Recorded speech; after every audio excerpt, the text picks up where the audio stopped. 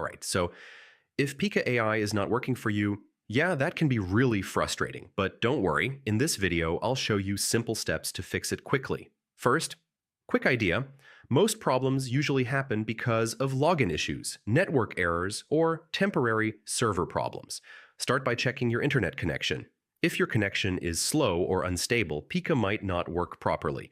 Next, try refreshing the page or restarting the app. Sometimes that alone fixes the issue. You can also log out of your account and log back in again. That helps reset things. Another important step is clearing your browser cache and cookies. This can fix loading issues. If the problem continues, try using a different browser like Chrome or Edge. Also, make sure you still have credits or access available, because if you run out, the tool might stop working. You should also disable any browser extensions that might interfere with the platform. And yeah, sometimes the issue is not on your side. It could be a server problem, so just wait a bit and try again later. If nothing works, your best option is to contact support and get help directly. So yeah, most Pika AI issues are actually easy to fix once you know what to check.